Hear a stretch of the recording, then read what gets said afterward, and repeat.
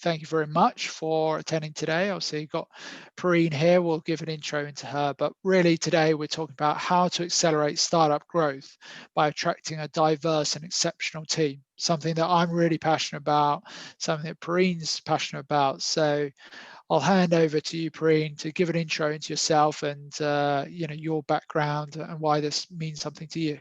Yeah, thank you so much, James, and thanks for having me. Hello, everyone. I'm Perrine Farque. I'm a professional keynote speaker, and I empower leaders to leverage diversity as their competitive advantage.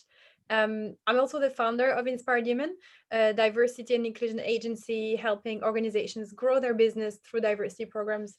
And so, for over a decade, I led the strategy at leading organizations, including Facebook, PagerDuty, Pivotal, AvePoint, and Light Software. And as a woman in tech, I personally experienced feeling sometimes excluded or like I did not belong. So I made it my mission to empower leaders to leverage diversity as their advantage, because I believe that by making everyone feel included, organizations can really achieve greater success. And so thank you so much, James, for inviting me to speak to that your event. Very excited to be here today. Yeah, fantastic. And for those obviously attending today live, feel free to put your questions in the chat. Feel free to interrupt if you like as well.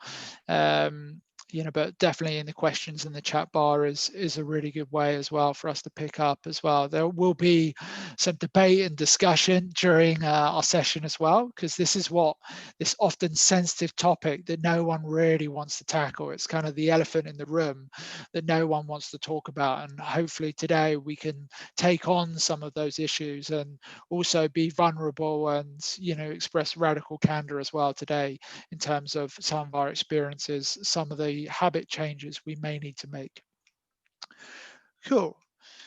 So in terms of why are we here, Perrine loves the stat as well, that 45% of the companies with above average diversity produce a greater proportion of revenue from innovation. So Perrine, I'll hand over to you as to what this means in practice and why that's important to companies. Yeah, sure. And the reason I love this stat, James, is because it's such a big stat. And I think if you're a startup founder, if you're an entrepreneur, if you're a business leader, this this resonates. And I want to share a bit more, context. What is this stat? What does it mean, really? So, there is a recent survey by Boston Consulting Group, very famous U.S. firm, demonstrating that increasing the diversity of leadership teams really boosts innovation and improves financial results. So I want to run you through like how they did the survey, what did they survey, what did they look for. So essentially, BCG surveyed employees at more than 1,700 companies in 8 countries, including Austria, Brazil, China, France, Germany, India, Switzerland, and the US, across a variety of industries and company sizes. And so Boston Consulting Group looked at the perception of diversity at the management level across 6 dimensions. They looked at gender, age, nation of origin, career path, industry background, and education. So what they found that there was a strong and statistically significant correlation between the diversity of leadership teams and innovation. And so essentially, like you said, James, companies that reported above average diversity in their leadership team also reported innovation revenue that was 19 percentage points higher than companies with below average leadership diversity. So in other words, those companies with more diversity at the top, that generated 45% revenue from innovation versus only 26% for those with below average diversity. So what that means is that the more diverse in terms of gender, race, background your leadership is, even if you're a small organization, the more you're going to get revenue from innovation. That's what the stat means. And I just want to show some more context, like here in the UK, if we look at it from our UK lens, in the UK, only 5% of leadership positions in the UK tech sector are held by women. Only 4% of UK tech leadership positions are held by Black, Asian, minority, ethnic individuals. So there's a lot of work to be done to get that diverse. And it's not what I always say. It's not a charitable thing to do or a moral thing to do. It's all about business performance, revenue, innovation. So hence why this is important to share this stat, because we're not talking about charity work or corporate social responsibility. We're talking about business results and financial results. So that's what the stat means. Fantastic. Yeah, I think for those as well, see from my perspective, 19% revenue increase as well is something that I think most of our clients and community would want as well, just from having a great diverse team. So yeah, the proof is in the numbers, guys, here. So why is that, increase there? And what do you see, Perrine? No, that's a great question, because often people look at the stat, they say, okay, that's great, but like, how does it work? Like, why, why do we get better results when it's more diverse? So, right, a couple of reasons. So, one is, so diversity is great for business. So, with diverse teams, you get increased engagement and productivity, which is especially important in remote work. So, employees that are part of a more diverse organization tend to be more engaged.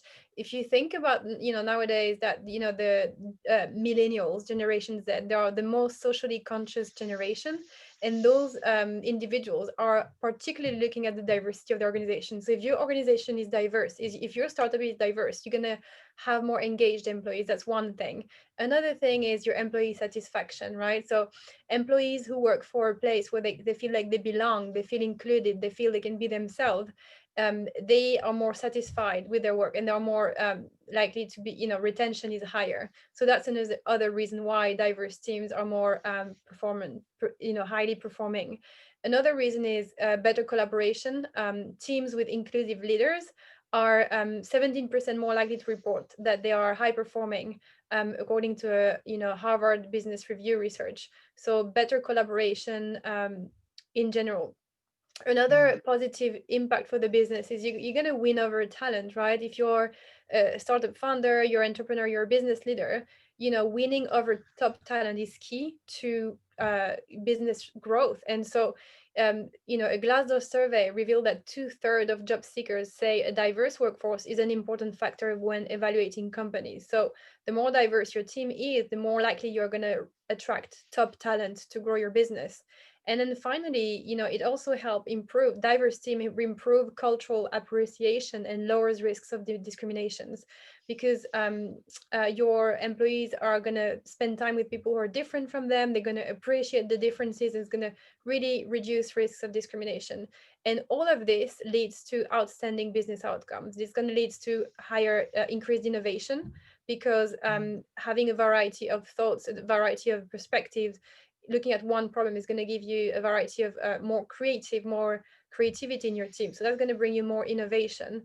It's also going to increase sound decision, because employees that have to present to a group of people that's different from them, they have to prepare better. They have to come and really explain to their peers who have different backgrounds their own kind of reasoning. And so recent research from the MIT Sloan School demonstrates that um, teams that have to present an article, for example, prepare more rigorously if they know they'll have to debate in a more diverse group. So in other words, you're going to have better decisions. You're also going to have better marketing, because diversity really broadens your customer base. By having a diverse workforce, you're more likely to learn about the concerns and preferences of various population segments in your user group. So you're going to better understand your customer and deliver better marketing. And last but not least, you're going to have better reputation and brand image in the public, which is good for sales, because if your company, your startup isn't viewed as inclusive, some customers might just shy away from giving you their business. So, if you're seen as, being diverse and inclusive, you're going to have a better reputation. That's good for sales. So that's a really brief summary of why diverse teams are better for business. Yeah, I really like the point around by having diverse views and people in your company, you actually make better decisions as leaders and obviously as a company. I think one important thing is that we are the subject of our environment. So if we have that diverse range of people around us, then obviously that's going to be our environment, which is obviously going to play out in the field in terms of our decisions. It's a very, very sound point there. In terms of, we're talking about attracting a diverse talent pool, and there's quite a few considerations before actually going to market and really selecting that diverse talent. We'll go on to talk about, selection and some of maybe the biases that we see as well when going through the process. But as a company owner, as a company leader, you need to think of a couple of things. The first is you need to understand your goals and outcomes, right? You're thinking about hiring a new person, but what are some of the outcomes you want to achieve at a business level, first and foremost? Then, because of those goals, you're often needing to solve some challenges, some surface level problems at this point in time in order to get you from where you are today to where you want to be in the future. And that's great, but often is missing the vital step, which is taking those surface level problems and then attacking the root causes and understanding those as to what are those things that actually are the roadblocks for your progression as a company. And then moving forward into, you've got an idea now of what the root causes of your challenges are and what are some of the options, for example, for hiring great talent. But you need to weigh up some of those options. You need to evaluate your own thinking and also document that as well, with the upsides and downsides of those roles, and what are some of the biases as well that you have in terms of your decision. Is it because you come from that type of background? Is it because you come from that field or domain? So you may be more comfortable, for example, hiring a salesperson than a marketing person because you're from a sales background. If you're a tech founder, often you're from a product or tech perspective, so you're quite used to hiring maybe product managers or developers, but hiring a sales or marketing person might be really problematic for you. And then ultimately, once you've drilled that down and got to that point of obviously a point of clarity, you can then think about what is the kind of machine, i.e. what are the systems and the way in which our organization is going to work. And at that point, you can then select the right person that you need to grow your company. So just breaking that down a little bit further as well, we talk about the 5S process. So where we are right now, just to fast forward a second, is that we've decided that there's a certain role in our company that we would like to hire. That might be, business development manager, a product manager, head developer, for example. And so what we need to do first is we need to create a scorecard. And this scorecard has the business outcomes at an overview point, but more importantly, the outcomes for that individual role. Because if we were to think back, we are trying to solve some of the root causes in our organization, root cause problems, by hiring a new person. Okay, so if that scorecard doesn't articulate that, you're in trouble. We'll talk about sourcing talent as well in more detail today. We'll move on to obviously the selection of that talent. I think for me, that's probably one of the most interesting topics we're going to talk about today for attracting diverse talent. And then moving on to selling the opportunity. So you've got that final point and you want to convince that talent to join you. And then we don't have necessary time for today in terms of starting and enable those individuals, but can certainly, you guys can reach out to us both and talk about some of the best practices for onboarding as well. So moving forward into the scorecard, right? So the scorecard, we've talked about this, in that you would have a company overview, you would have obviously those business outcomes you're wanting to achieve by that new employee, and then actually how you're going to achieve that. So think about a couple of the projects and initiatives that help you hit that headline goal. It's a bit like if you've ever heard of the framework of the OKR framework, the objectives and key results. It's very much in that way. And then we need to think as well about, the cultural values as well that you want in that person and in that role as well, and some of the competencies and potential experience that you might want as well. Obviously, with as Perrine is going to tell us, some sensitivities as well, and recognition of obviously bias as well. So over to you, Perrine, and think about, some of the things as well we need to consider when creating our scorecards. Thanks, James. And I love your structure. I think it's so important as you start your search to have that structure. So great share here. And you're right. So, I like how you said, you take a step back before you start the search, right? So, and that's what I also recommend. Take a step back and, make sure before you even start your search, your candidate search, make sure that diversity and inclusion is part of your corporate culture. We talked about why, because it's good for business, but, from your company's perspective, hiring diverse talent starts before searching for candidates and collecting CVs. If you don't have the fundamentals in place in your organization, your efforts won't be successful. So take a moment to really revisit your company culture, mission statement before starting a candidate search. So ask yourself, for example, has your organization set goals to hire and retain diverse candidates, for example? And are those goals compensated enough with bonuses? Does your mission statement refer to diversity and inclusion? Does it say why diversity is part of your company's culture? And also, do you have a diversity pledge, for example? Is your leadership team committed to diversity? And if yes, how committed? And if you hire a recruiter, for example, you might be a small startup, you might have an external recruiter, that's fine. But you ask them to bring you CVs of diverse candidates. But if your organization hasn't done any of the basics like we've just talked about, then you're not set up for success. So it's really important to do the basic, do your homework, just write your company mission and ask yourself really, why is diversity important to your business? Is it because you think it's going to help you be more innovative? Is it going to help you better understand your customer base? Is it going to help you build products that are more suited to your customer base? Whatever the reason is, take the time to do that homework. Mm, mm. Yeah, it's really, really important. So moving on to the sourcing piece. So now we know who we're hiring. We know obviously how we're obviously going to judge their success and find that right person for us in terms of the outcomes they want to achieve. Now we need to obviously think about sourcing and attracting that talent to us. There's a couple of major things I would highlight. Obviously the normal things of using job boards in order to obviously get that message out there, that's important. And I'll cover one of the tools as well that I like on that, Perrine, in a second. And then the second point, you may use recruiters. You may also use partners. So for example, you might have a distribution list of, say, a startup magazine or one of your software partners or one of your service partners, that can put your role available on their, say, newsletter, monthly, or, updates from the industry. Really, really good way as well.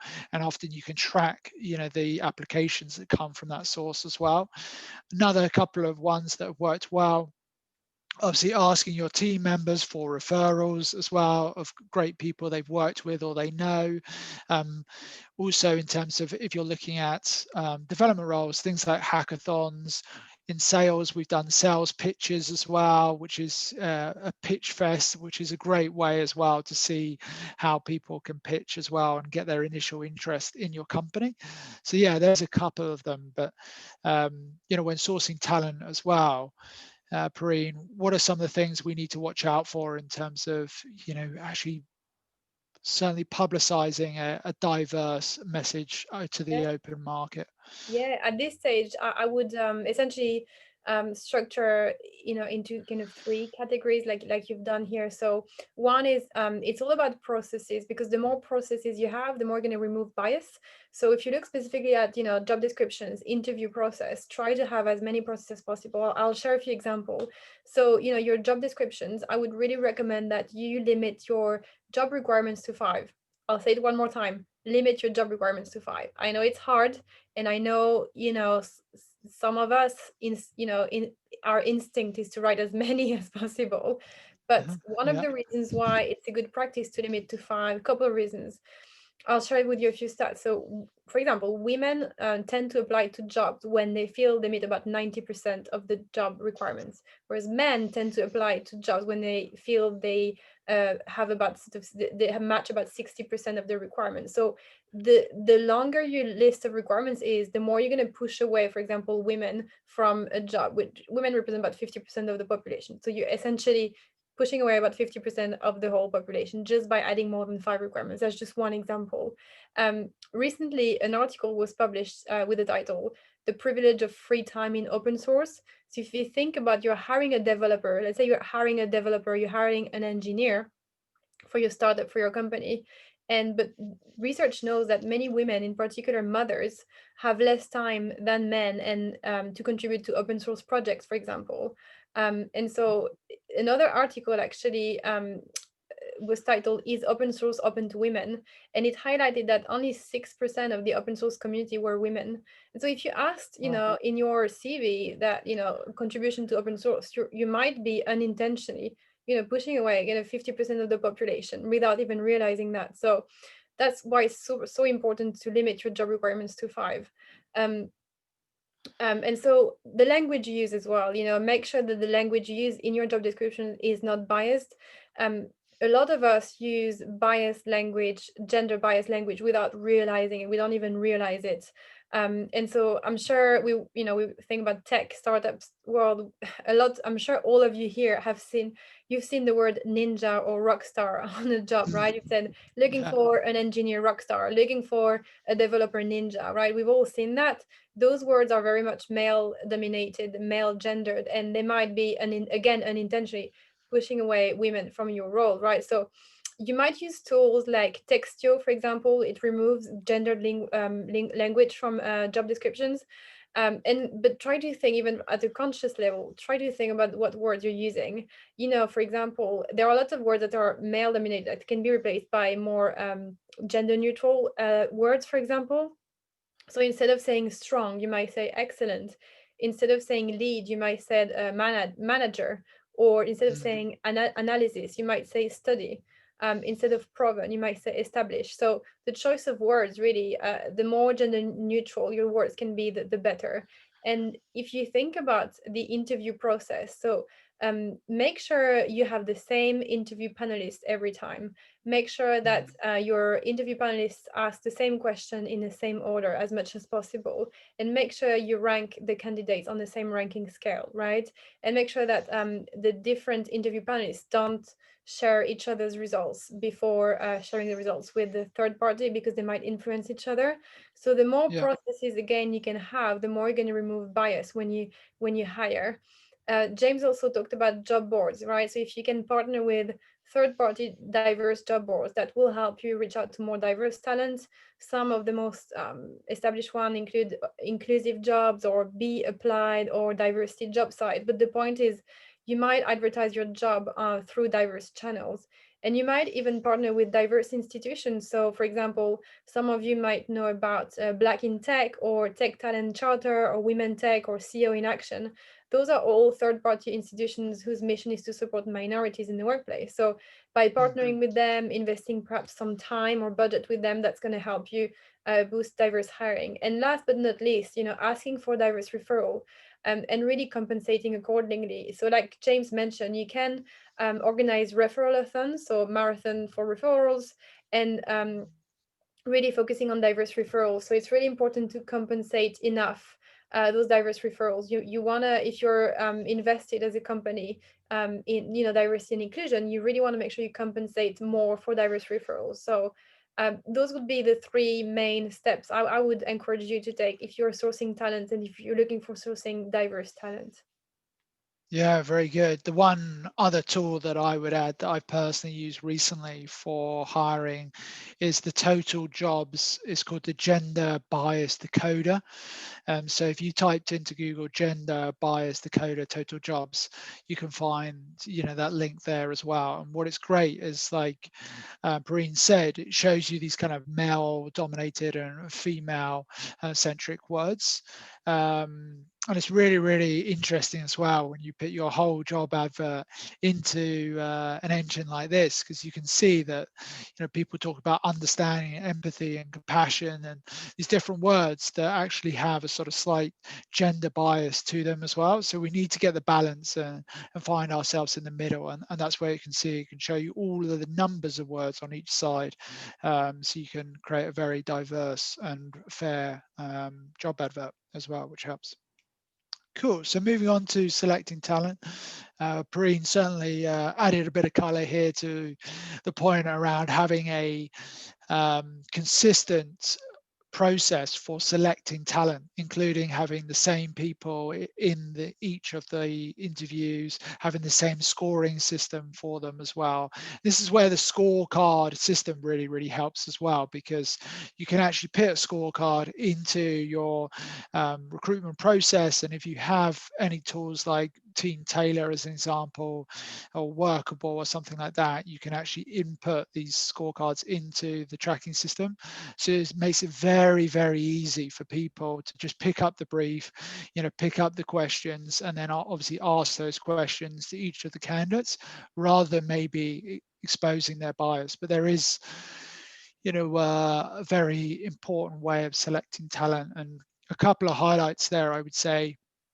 Most people have a kind of screening interview as well. My recommendation is making that really around cultural values as well, to see if that person matches yours.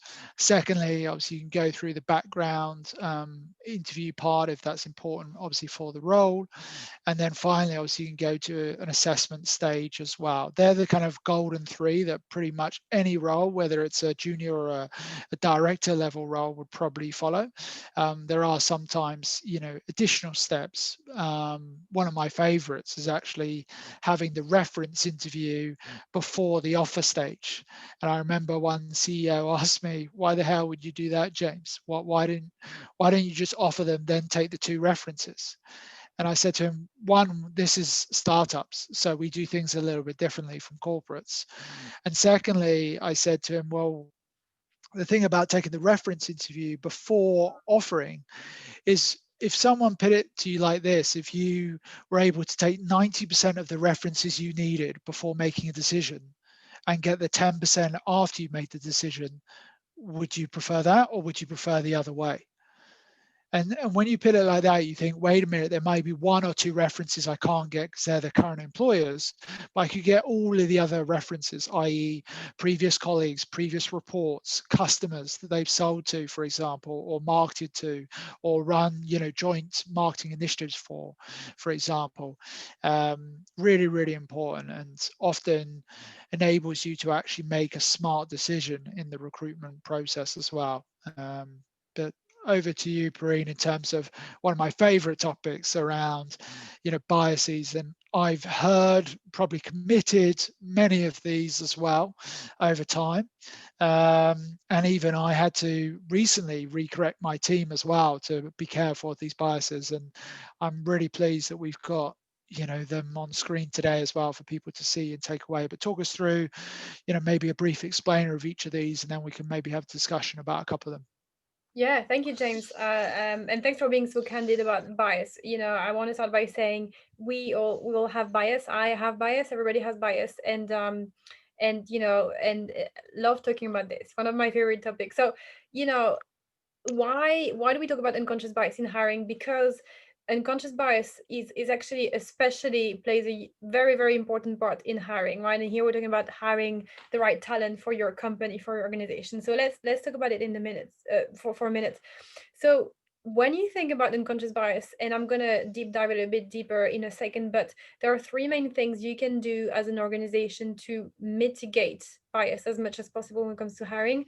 One, continuous unconscious bias training. So I always use the example of going to the gym, because I love going to the gym. I'm a bit of a gym fan myself. And it's a bit like saying you go to the gym once, you've done the job, and you can move on and expect to be, healthy and fit. But that's not really how it works. You kind of have to go often, every day, every week, to see results. And with unconscious bias, it's the same. You can't really say, yeah, tick the box, I've done the unconscious bias training, I can move on. Because if you do that, it's like going to the gym, like you've done it once, you're going to kind of lose all the efforts. You kind of have to do it often and often and repeat, whether that's every month, every quarter, whether that's through a lunch and learn with your team, a kind of a Friday team building, whether you have a Slack channel to talk about it, whether you invite someone to talk about it. As long as it's, you kind of have that planning, you've got that strategy to have that continuous unconscious bias training. The second thing is sharing a list of common hiring bias reading lists with your recruiters, because as I said, we all have unconscious bias. So doing something as simple as sharing a list, maybe 10 common bias in hiring can go a really long way. So if you before any phone call, face-to-face interview, Zoom interview, make sure your recruiter just reads that list just one last time, so they refresh their memory. Okay, those are the common bias, so therefore they're going to be more prepared for the interview. And the third tip is make sure you train, especially your internal and or external recruiter. As you might be a small startup, maybe you rely 100% on an external recruitment agency. Make sure they have received some form of training on bias, because if they are going to be the people bringing you candidates, you want to make sure they have been trained. So those will be my three main pieces of advice. So what is unconscious bias? So it's essentially it affects our decisions all the time, especially in the workplace. We like to think that we are good people and we are objective, especially at work. In reality, we're all subject to unconscious bias, also known as implicit bias or hidden bias. You might have heard. The more we are aware of it, the more we can mitigate it. And we'll look at the definition, of unconscious bias. So it's essentially any detectable bias in behavior or attitude that we ourselves are not aware of.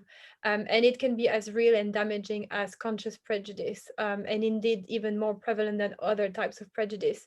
And actually, research from London's Queen Mary University defines it as learned social stereotypes that are automatic, unintentional, deeply ingrained, universal, and able to influence behavior. And according to a study from Yale and Washington University, 95% of us have bias. I like to say 100% of us have bias. But let's look at the examples here. So those are like very common biases in a workplace. So one is gender bias. A common unconscious bias example of gender bias is bro-appropriating. So this is when a female member of the team makes a point about something and there isn't much interest in it. And a short time after, a male member of the team makes the same point and everybody supports this. So these bias can lead to female workers not wanting to share their ideas anymore and can be incredibly frustrating and demotivating. Name bias is another common one in hiring. So it comes into play most often when choosing people to interview. Despite best Mm. intentions, recruiters can be biased when reading names they consider foreign, maybe. Yeah. And it's absolutely, obviously, an issue, and it can inhibit growth in diversity. I can see you nodding, James. Have you seen that? Is that something? Yeah. I've seen that a lot. Firstly, I was a sales recruiter when I started my career, so I've probably seen over about 3,000 CVs in my career, and I think certainly people do have name bias. I think even in a recent assessment that I ran for chief revenue officers for my company, there was certainly in my team, points where I had to sort of draw them back and go, actually, just because this person doesn't have a massively typical English name, it doesn't mean that they're not a capable candidate for the role. And what was funny, if I'm very candid about it, was that the person that had a interesting name, a bit like mine's a bit weird too. And I think, well, also this person actually speaks better English than I do. So even though they had a Czech name, I thought that's very, very interesting. Yeah. I have a Scottish name. I think you shouldn't necessarily draw down on names too much. It's very easy. It's like sort of a front cover of a book sort of bias. It's so easy and easy to do.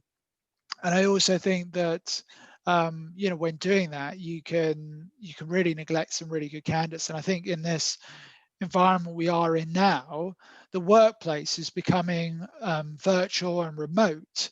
So location is not a massive problem. And therefore the talent pool should be larger. And then hence you might even have people in different countries, not alone with obviously different names that are not common in your nation. So that should be a good thing and should be relished, because you can grow your footprint. You can see traction in other territories because you haven't discriminated against someone's name. So I think, yeah, in terms of today's environment, it's probably even more pressing than maybe before, because we are looking at global companies that are very much connected via the web as well. So why should we discriminate against someone's name that maybe seems a little bit strange or foreign to us? Absolutely, absolutely.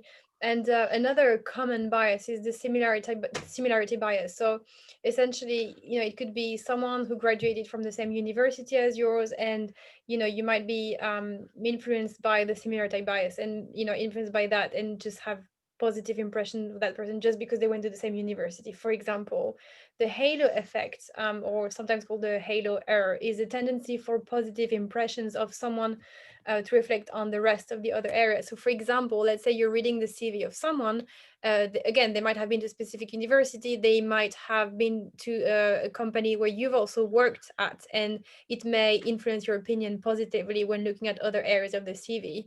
And the horns effect is the opposite of that. So, for example, a candidate might use a particular sentence which you might not like, and you might subsequently begin disliking them, a lot of things they say. Confirmation bias is essentially, when we make a decision about something and then we actively look for confirmation of information that supports our decision, overlooking other facts and viewpoints. And this can be detrimental to unbiased decision. And last but not least, age bias. I think as we talk about startup and tech, I think age bias plays a big role in tech. And it occurs, a common example would be a tech heavy project, and the unconscious bias may cause a manager to assume that the younger person would be more apt to handle this job as opposed to an older one. And in this case, assuming one's experience or proficiency is based entirely on an opinion, it really isn't backed up by a fact, is unconscious bias. And so what impact can unconscious bias have at work? Well, like we said, just like racism or sexism, unconscious bias has a strongly negative impact on relationships in the workplace, and can even hinder career growth for some minority individuals.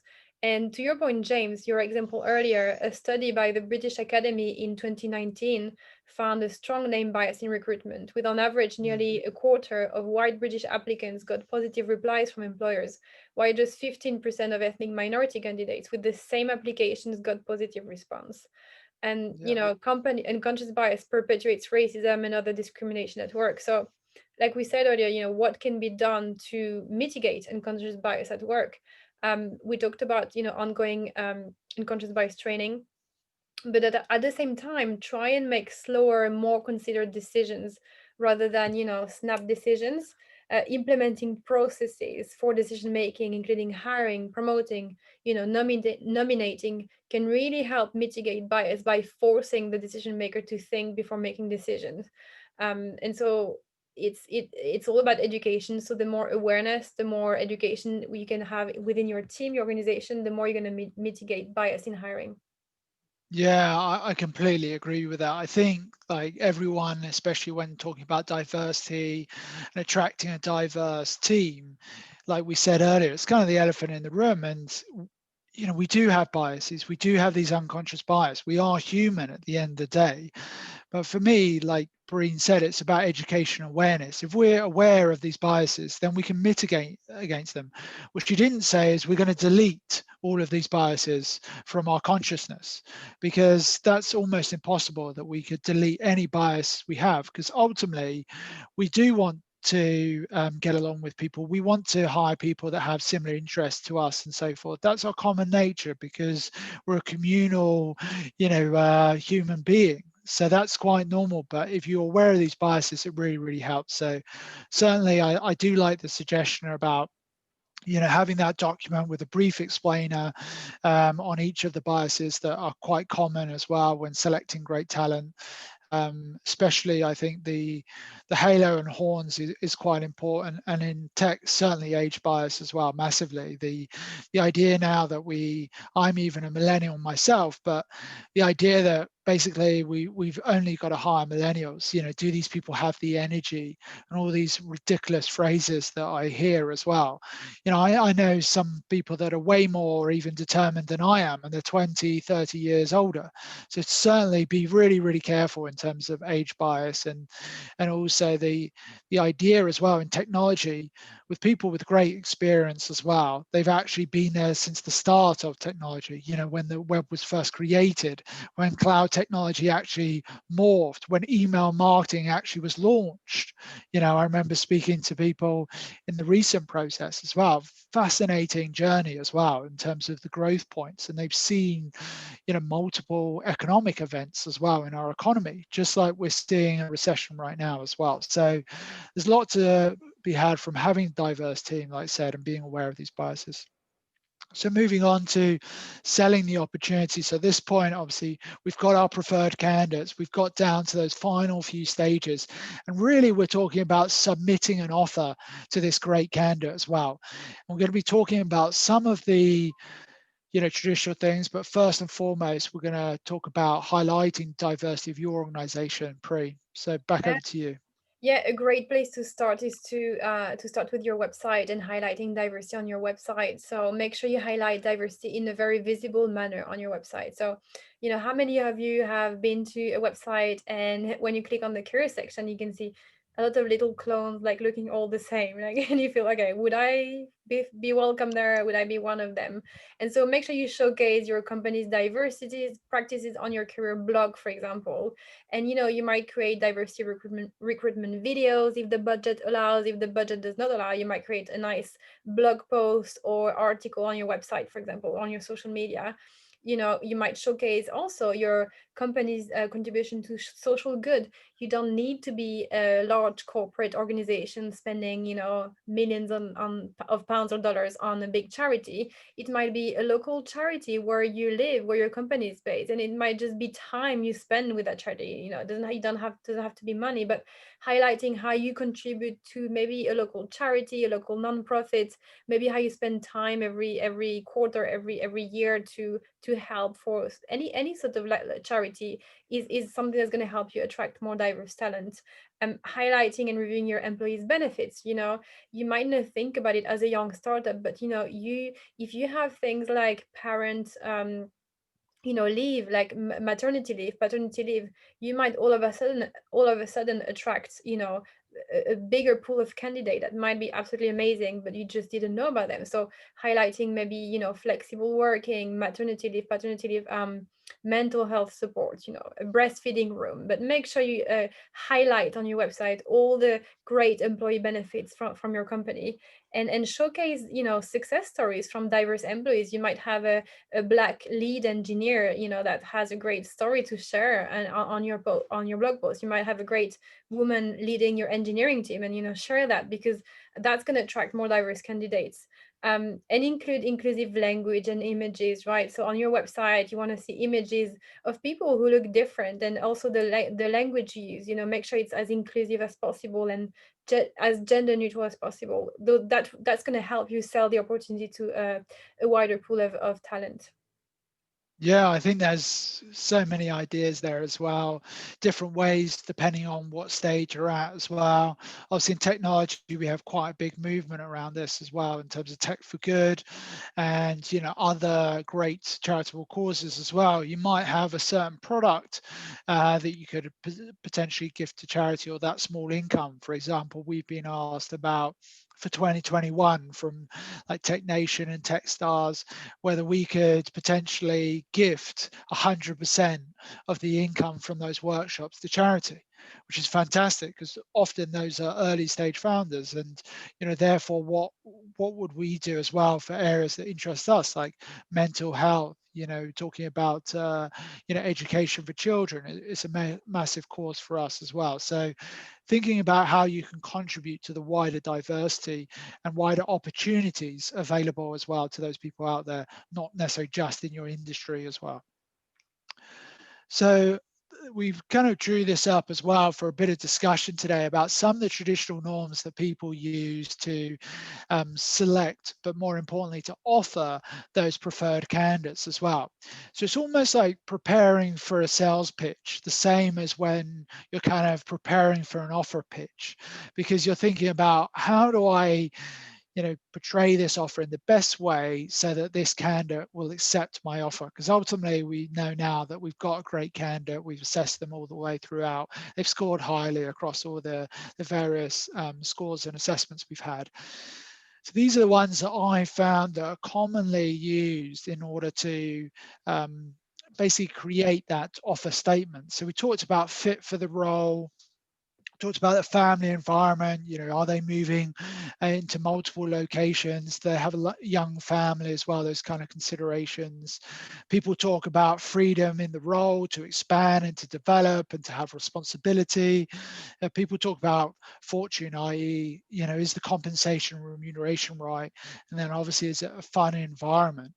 I think this is obviously a good model, Perrine, to have some discussion around this, because it seems like there's obviously some bias here within these typical models that people are using to create these offers. And also just to say that even within these 5 models, it's not that you're only going to do one or you're only going to do the other. It's often kind of a major and a minor technique in terms of submitting that offer to the candidate. But Perrine, what do you think about these 5 Fs? Any ones that pick out for you that we should change or morph or be aware of? Yeah, and you're right. Those five those five kind of criteria are the common things that employers will try to sell to the candidates, or will try to look for in the candidates. In my experience, I agree with those. I would always say I'm always a bit worried when I see fit. And we talked about it when we were preparing this, James, because whenever I hear culture fit, there is this danger that we want someone who looks like us, right? So imagine a stereotypical young tech startup that's heavy, young white male dominated. They might all be engineers or product people, for example. And I'm always worried if they would be looking for culture fit, because is that someone who would also hang out with them after work to go and have a beer at the local pub, right? And Yeah, if that's the case, then yes, there is bias, because they're going to look for someone who is like them, probably same gender, probably same race, probably same hobbies, and then you're going to end up with like a lot of little kind of clones, and that's not going to be good for innovation, that's not going to be good for market fit, right? So I would like to replace culture fit with culture add. What can that person add that we don't already have? What kind of perspective can they add that we don't already have in the team? mm, What background, kind of what company? Because I've seen mm, in tech over and over people hiring their mates, people hiring their friend, like yeah. people hiring, oh yeah, I used to work, I'm going to hire my mate from my last job. I know him, he knows me, we hang out together, we know each other's family. That's Our VCs and investors make that right. crime Yeah. nearly all the time. It's not about basically whatever experience they've got. It's, I know this person would be great for you, you should hire them. And then that Sure, person because goes and that's the hires them. easy They're often option. not You know, successful. it's convenient. Let's face it, it's Yeah, convenient, it's easy. We don't have yeah, to do the whole reference check. It's easier. yeah, We don't waste time. And sure, it's convenient, but really, think about how you're hurting your innovation. Think about how you're hurting your creativity. Think about how you're hurting your problem solving. Because if everybody comes, they think the same. You don't even have to debate anything, because everybody's going to say yes. They all come from the same background. Like, how innovative are you going to be? How creative? So back to what we said earlier, for better decision making, like, have some sort of rule. And I know it's going to take slightly more time, but think about the long-term goal. You want more innovation, you want more creativity, you want more be better prepared for problem solving. So I'm always worried when I see culture fit. Try to think about culture add or value add. And that's not to say that's not to say your company doesn't have values. Of course your company mm, has values, and you can have great values, like for example, run together, or I can own, or bring yourself. Of course you want to yeah, have great values, and it's fine to look at value fit. What's not fine is to look at culture fit, someone who is like us. And so I'll yeah. say either use culture add or value fit them. And then when it comes to the Value family, fit, I quite like that one. Yeah, yeah. And then we talked about family. Again, here I just want to raise that I've seen over and over, sometimes there might be kind of I guess bias stereotypes. Someone might think, all right, this woman just had a baby, probably she wants to be at home, probably she doesn't want to travel, probably she wants to spend more time with the family, so therefore I'm not even going to ask her if she wants the promotion or the nomination. I'm going to go straight to that person who doesn't have kids, is single and is ready to travel, for example. And Yeah. that in itself is dangerous because you don't know what that, young mom is going through. Maybe she's desperate for traveling and promotion, and I mean, maybe she's like a career person and like Yeah. ambitious. And so ask, have the conversation. Don't assume that because she's a mother, she just had the baby, she just want to travel. You don't know what she wants. So don't assume that that person wants a promotion just because they might be a straight single man. Maybe that straight single man is looking at maybe buying a house in somewhere, that they just want to have a comfortable life because they're going through something. You don't know. So I'm Yeah. always about the family thing. Like I'm always a bit worried about, assumption. And whilst of course you're gonna take into consideration whether they have children and they are married and what's going on, just don't make assumption. I think everybody has Mm. different situations here. Again, that's something I would look at. My final tip would be that this is where like psychometric testing is really, really valuable because you get to understand the whole picture of the person, and also like Perrine said, cultural add as well. So having someone with that difference of opinion or different sides of them, I love a book called The Five Elements as well, which talks about bringing different types of people together. So just to round up as well, in terms of today, as we talked about the scorecard as well, and also before that as well, some of the due diligence we need to do before obviously thinking about the role to hire. We talked obviously about various ways of sourcing talent and obviously the way in which to do that to attract diverse talent as well, selecting some of those great biases, and we had a long discussion about that today. And then clearly selling the opportunities, some changes maybe from cultural fit to cultural ads or value fit, maybe better ways as well of doing that, as well as thinking, do I have a bias as well by assimilating this information? Talked about family there. So yeah, thank you very much as well. I kind of switch to switch to any questions as well people might have as well.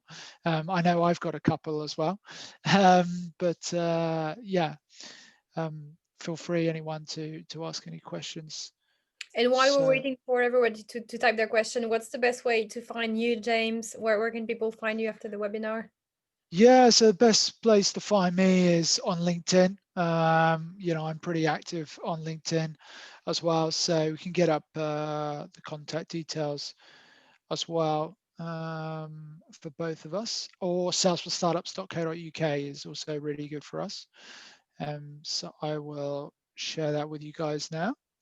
So you've got that as well. So you can find both of us here, both our websites and LinkedIn profiles as well. I think one last question for me, Perrine, if there aren't any other questions, and I can hijack today as well, is just around bias training.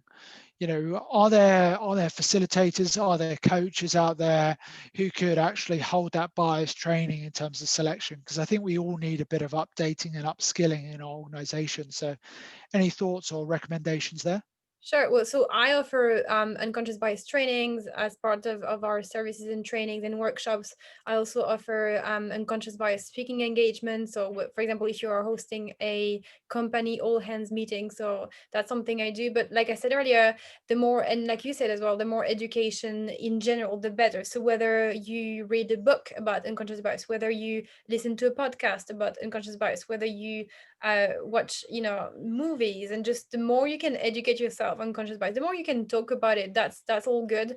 Some companies have helped. They've even created a Slack channel called Bias at Work and invited all of their employees to contribute to, oh, that's a recent bias I've heard, something I've seen. Some companies I work with, they host lunch and learns internally on Fridays, and they talk about bias or unconscious bias, implicit bias, etc. So those are all great ways to mitigate unconscious bias. Yeah, cool. Yeah, no, I think to round up, I think one of the key points I've got from today is it's really about education awareness. I think, often diversity is like a taboo subject that people don't want to put their foot in it. They don't want to make a mistake. and we're all going to make mistakes. There's always going to be a time when, maybe we let our bias, for example, overcome our decisions. But, if we've got the support of our team and awareness there, and even obviously in a moment, awareness fluctuates as well. So we can then be supported by the rest of our team members to make sound decisions and obviously attract a diverse talent pool to grow our startup. So yeah, without further ado, thank you very much, Perrine, for today. Really enjoyed it. And yeah, for those out there wanting to reach us, then feel free to connect with us on LinkedIn or visit the websites as well of Inspired Human or Self Startups as well. So thank you very much. Aziz as well, thank you very much. Yeah, I enjoyed it very much too as well. So thank you guys. Thanks Jeremiah and also Emma as well. Thank you very, Thank you very so much. much. And thank you, James, for having me, and have a great day, everyone. Thank you for joining us. Fantastic. Thank you, everyone. Bye for Thank now. you.